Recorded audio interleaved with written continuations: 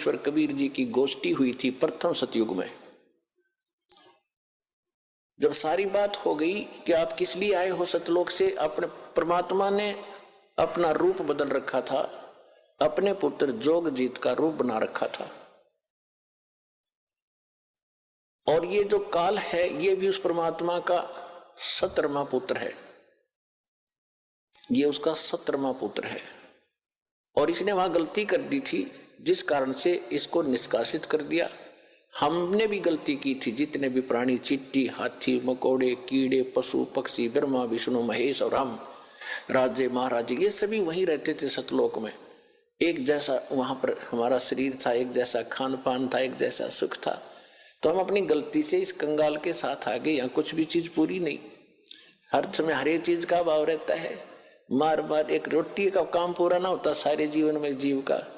पशुओं ने देख ले, उसके पीछे भाग रहा है उसको खाने के लिए। हिंसक पशु जैसे पशु हैं दूसरे शाकाहारी, वो सारा दिन घास चर चर के खाएं जार निकालें जार, खाएं जार निकालें जार, मर जाओ। क्या यही जीवन है? सतलोक में सारी सुविधाएं हैं, जो खाओगे वही बॉडी में ही हजम होता है, ना कोई टट्टी ना पेशाब, उसमें कुछ नहीं होता। ऐसा गजब का ना कोई, अब सोता उठते आदमी फ्रेश होता है, फ्रेश होते सबसे पहले टट्टी मास दे है। तो यहाँ तो ऐसा ही रहेगा। तो वहां चलेंगे हम जहाँ सारा सुख है, इतना सुंदर शरीर कभी व्यर्थ नहीं होते, वहां कोई बकवास नहीं आती, मन में दोष नहीं होता। जब आत्मा निर्मल हो जाती है, विकार होते ही नहीं, बकवाद करने की इच्छा ही नहीं बनती। तो ज्ञान से अब परमात्मा ने ये शिक्षा इसलिए दी हमारे को कि हम जो मैं बताऊंगा, परमात्मा के ने कहा था कि जो ज्ञान हम देंगे फिर हम अपना एक दास भेजेंगे। वो तो ज्ञान परमात्मा 600 वर्ष पहले सतगुरु रूप में दे गए थे। कबीर भगवान कबीर वाणी के माध्यम से, कबीर सागर, कबीर बीजक, कबीर शब्दावली, कबीर साखी, इस तरह उन्होंने कई भागों में बांट रखा है, बाद में प्रिंट करने वालों। बाकी ये सभी कबीर वाणी है, जिसके विषय में गीता अध्याय नंबर 4 के श्लोक नंबर 32 में कहा कि वो परमात्मा स्वयं अपने मुख कमल से जो ज्ञान देता है उसमें यज्ञ यानी धार्मिक अनुष्ठानों की जानकारी विस्तार के साथ बताता है, और उसको जानने के बाद सब कर्मों से मुक्त हो जाता है। चौथे अध्याय के 34वें श्लोक में कहा कि उस ज्ञान को तत्वदर्शी संतों के पास जाकर समझ। तो कहने का भाव यह है कि परमात्मा ने 600 वर्ष पहले आकर ये तत्व ज्ञान बताया था। तो जब काल से बात हुई थी और परमात्मा अपने जोगजीत पुत्र के रूप में आए थे, जब काल के लोक में प्रवेश किया, किस लिए आए थे? कि हमें दुखी देखा कि ये मेरे बच्चे वहां कितने सुखी थे, कोई दुख नहीं था, कोई मृत्यु नहीं, कोई कैंसर नहीं, कोई कोढ़ नहीं, कोई बीपी हाई ना लो होता था, ना कोई शुगर बीमारी थी, और ना इनको खाने का अभाव था, मजदूर बने फिरते। काल ने हमारे को कितना मूर्ख बना रखा है।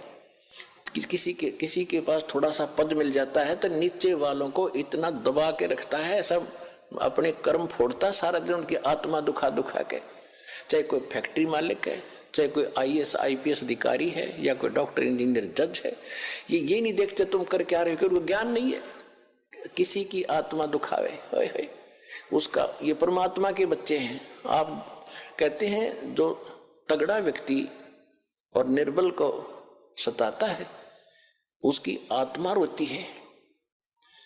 आत्मा रोती क्योंकि वो मुकाबला तो कर ही नहीं सकता किसी भी तरीके से। ताकतवर मीन जैसे कोई पद की ताकत है, पोस्ट की ताकत है, या वैसे अपने कोई घर कबीले में घने व्यक्ति हो जाए उनकी ताकत है, स्वयं बलशाली है। तो इस तरह का व्यक्ति गरीबों को सताता है, अपने से नीचे वालों को इतना तंग करता है कि जितना वो कर सकता है बिना ज्ञान के। तो यहाँ परमात्मा ने आके बताया है कि कबीर गरीब ना सताइए, जाकी मोटी हाय, और बिना श्वास की जीव से लो भस्म हो जाए। देखो कहते हैं गरीब को ना सताना, आपकी ये हालत हो जाएगी, क्योंकि वो तो जीवित श्वास है, आत्मा से उसका कनेक्शन है, रो रहा है, उसकी आत्मा दुखी है, तो उसको जरूर प्रतिफल मिलेगा, 2 दिन पीछे मिल जाएगा। उदाहरण दिया है कि जैसे पहले एक धौंकनी होती थी, पशु के चाम की बनाई जाती थी, और लोहार और सुनार लोग उसी का प्रयोग करते थे। उसमें ऐसे एक हैंडल सा लगा लेते थे, उसको पकड़ के ऐसे करते थे, आगे उसका एक छोटा सा सुराख होता था उस चमड़े में, और वहीं से वो हवा लेती थी और फिर ऐसे छोड़ते थे तो वो हवा फूंक मारती थी अग्नि में, ऐरण में, जहां पर लोहे को गर्म किया जाता था, पिघलाया जाता था। तो परमात्मा कहते हैं कि वो बिना जीव की श्वास यानी मरे हुए जीव पशु की खाल की श्वास ने लोह को भस्म कर दिया। और ये तो जीवित सांस है, आहे जो आए है, कहते ये गरीब ने ना सताइए जाकी मोटी हाय, और बिना जीव की श्वास से लोह भस्म हो जाए। और तुम तो जीवित श्वास को दुखी कर रहे हो, तुम्हारा क्या हाल हो जाएगा। तो इस काल ने हमें नो भी पाप एक दूसरे के साथ अपने कर्म बिगाड़ने के लिए सिस्टम पूरा फिट कर रखा है कि इनकी बिरान माटी कर दूं, और फिर ये अपने वो एक दूसरे का किया कर्म यहाँ भोगते रहे और आजीवन दुख पाते रहे। और परमात्मा इसलिए आते हैं कि ये बुरा करते हैं अनजाने में। आज किसी की चोरी की, निंदा की, उसका अगले जन्म में फिर देना पड़ता है। कोई दामाद बनकर लेगा, बेटी भी लेगा, धन भी लेगा, और फिर मर जाएगा और बेटी विधवा होगी, फिर उसके पालन पोषण में बच्चों के लगा रहेगा वो मूर्ख। तो ये तो यहाँ का की व्यवस्था है, इसको समझना पड़ेगा। और उसी को समझाने के लिए भगवान आए कि मेरे बच्चे देख कितने दुखी हो गए, इनको वहां कोई अभाव नहीं था, देख किसी अक्ल मारी गई इनकी। तो जिस माता पिता के बालक बिगड़ जाए किसी कारण से भी, उसको चैन नहीं पड़ता जब तक उसकी पार बसाओगे। उन्होंने सोचेगा ये कभी सुधरे और वापस आ जा, और फिर मैं सीने से लगा लूं, इनको सारी संपत्ति दे दूं, मैंने क्या करना है। तो वो हमारा पिता है। हम गलत आदमी इस काल के आके फंस गए। ये गंदा आदमी है, ये सत्य कति झूठा कपटी हर तरह से हमें मूर्ख बनाकर यहाँ पर फांस रहा है। इसको श्राप लगा 1 लाख मनुष्य शरीरधारी प्राणियों का आहार करने का, इसलिए हमें पाल रहा है। अपने स्वार्थवश सारी बुराइयां करवाता है। आप देखते हो बीड़ी, शराब, तंबाकू, फीम, सुल्फा, भुक्की, ये खाने की चीज है, मांस ये खिलाता है ताकि इसका टेस्ट बने। हम सूक्ष्म स्थूल शरीर से जो खाते हैं, एक अंदर शरीर है सूक्ष्म, उसके अंदर ये सारी वासना डिपॉजिट हो जाती है, इसमें समा जाती है। कुछ अधिक आहार तो लग जाता है शरीर के पोषण में, वो स्थूल के शेष जो वासना है उसका टेस्ट होता है, वो अंदर जाता है, समाता है जीव के माध्यम से। और फिर इनको ये कवर तो ऊपर रह जाता है, यही छोड़ जाते हैं। सूक्ष्म शरीर जब जाता है मनुष्य का एजडित रहता है, जब तक दूसरे प्राणी में नहीं जाता ये सूक्ष्म शरीर एजडित होगा। तो ये तो ऐसा है जैसे सर्प कांचली छोड़ जाता है और सर्प अलग होता है। तो हम तो उस कांचली की क्रियाक्रम में लगे रहते हैं। यहाँ पर कभी गंगा ठा के ले जाएंगे, कभी कितब कर्म कराएंगे, वो सांप तो जा चुका है, वो तो है नहीं इसमें। तो उस जीव को फिर तपतशिला पर डालता है, वहां उनको बुरी तरह तड़फाता है। क्योंकि जिसने ज्यादा हुक्का पी रखा है, जिसने ज्यादा शराब पी रखी है, मांस खा रखा है और ज्यादा भूखी पी रखी है कोई नशीली वस्तु है, क्यों वो टेस्ट है उसका, उस काल का, मन का, ये मन उसका एजेंट है। तो उनको ज्यादा समय तक उस तपतशिला पर जलना पड़ता है, वहां चटक मटक होते, हाहाकार मचती है। जिन्होंने थोड़ा ये बकवाद कर रखी होती है, वो थोड़े समय तक तपतशिला पर रहता है। तपत की टुकड़ी एक तवी है, तवा समझ लो, बड़ी ये तई होती है, बड़ी बड़ी रोटी बनाने की, इन पर रखते हैं भट्टियों पर, इस तरह की बहुत बड़ी है पत्थर की, और उसमें अपने आप गर्म होती है, उसके फारेनहाइट का भी अंदाजा नहीं कितनी गर्म है।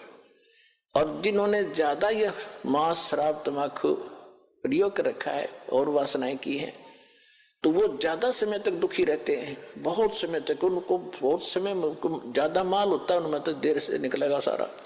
और जिन्हें कम कर रखे हो जल्दी फारग होकर गधे कुत्ते बनोगे, फिर जाना कहीं नहीं, रहना यही पर है। तो जहां पर ये तपतशिला पर जीव भूनने जा रहे थे, परमात्मा वहां आकर खड़े हुए अपने पुत्र जोगजीत का रूप बना के।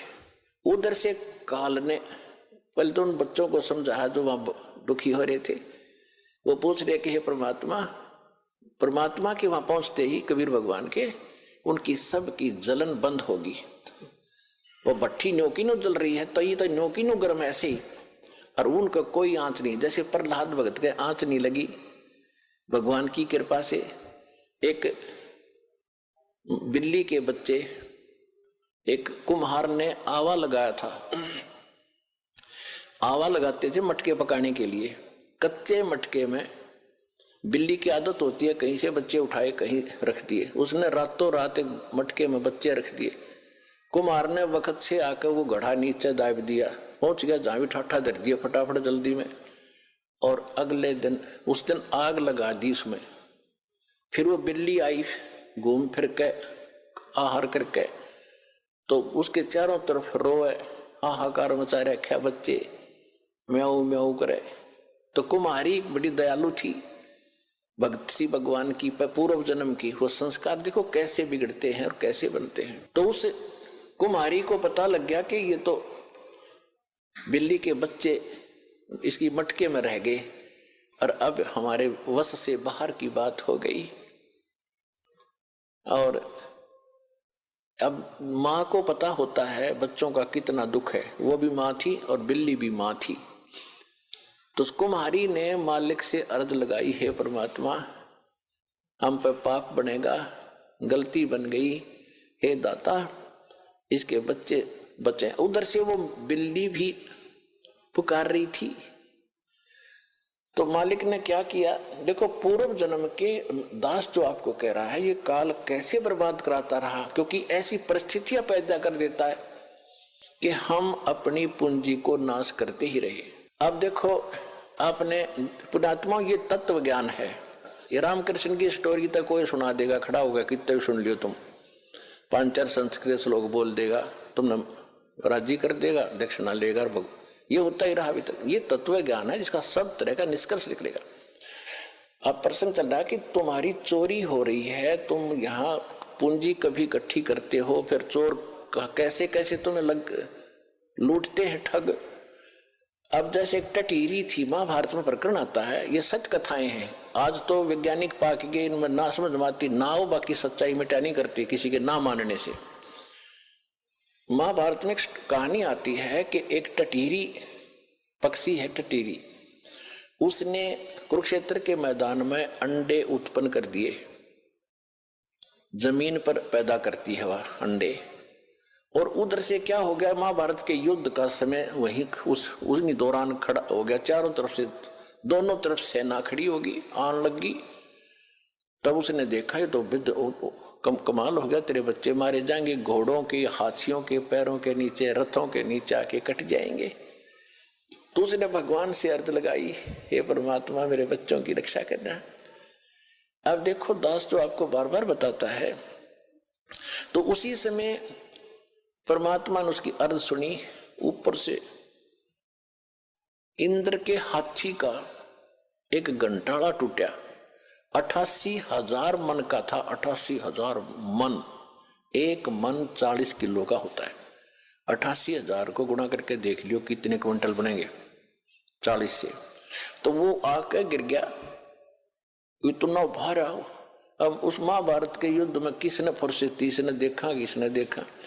महाभारत हो गया, 18 करोड़ आदमी कट के मर गए, और वो अंडा के आंच भी ना लगी, वो नो के नो बच्चे बन गए, वो नो के नो अंडे सुरक्षित पाए। फिर बाद में देखा भाई यू क्या है, ना होता है, वो सब ने लाग लू कब गिरा टेढ़ा, तो बच्चे पाए नो के नो, और टटीरी वहां आकर बैठ गई। तो कहने का भाव ये अपनात्मा, टटीरी ना तो राम की पूजा करती थी, ना श्री कृष्ण न जाने थी, ना कोई विष्णु उस समय जानती थी, किसी को नहीं जानती थी। इसी तरह ना बिल्ली जानती थी किसने पुकारूं, आत्मा रोए थी उस समय परमात्मा। आत्मा परमात्मा को याद करती है, चाहे पशु की है चाहे पक्षी की। और उनकी सुनाई कैसे होती है, अगर उनके पूर्व जन्म के कोई पुण्य उनके साथ थे तो वहां बचाव होता है। जैसे दास पहले श्री राम श्री कृष्ण जी का, विष्णु जी का पुजारी था, हनुमान जी का पुजारी था, और घर में जो भी सुख हो रहे थे, सुख हम पहला सुख मानते थे, संता ब्याह हो गया, विवाह के बाद बेटा बेटी हो गए, क्या बात हुई, और सोचते थे हमारे भगवान ने दे दिया, श्री राम ने दे दिया, कृष्ण ने, जो सा भी सामना आ जाता उससे का शुक्रिया कर देते थे। ध्यान में आते ही हनुमान जी ने दया कर दी, बाबा श्याम जी ने दया कर दी। अब दया, अब पता चला, सूक्ष्म ज्ञान की रोशनी से पता चला कि ये तो हमारा पूर्व जन्म का संस्कार ही हमें मिल रहा था। जैसे पास हो गए बच्चे, इसी में खुशी मनाते हैं बच्चे को, तो वही बड़ी भारी बात होती है और बड़ा हर्ष का काम होता है कि पास हो गया, हो फिर नौकरी मिल गई, कहना है क्या, अच्छी सर्विस मिल गई। तो ये सब हम अपने इन भगवानों को देते थे जिनकी हम पूजा करते थे, श्रेय उनको देते थे, क्रेडिट। अब पता चला ये तो कुछ कर ही नहीं सकते थे, वो तो कबीर परमात्मा ही पिछले जन्म के संस्कारों से ही आपकी मदद करता आ रहा था, चाहे कोई पशु है चाहे कोई पक्षी।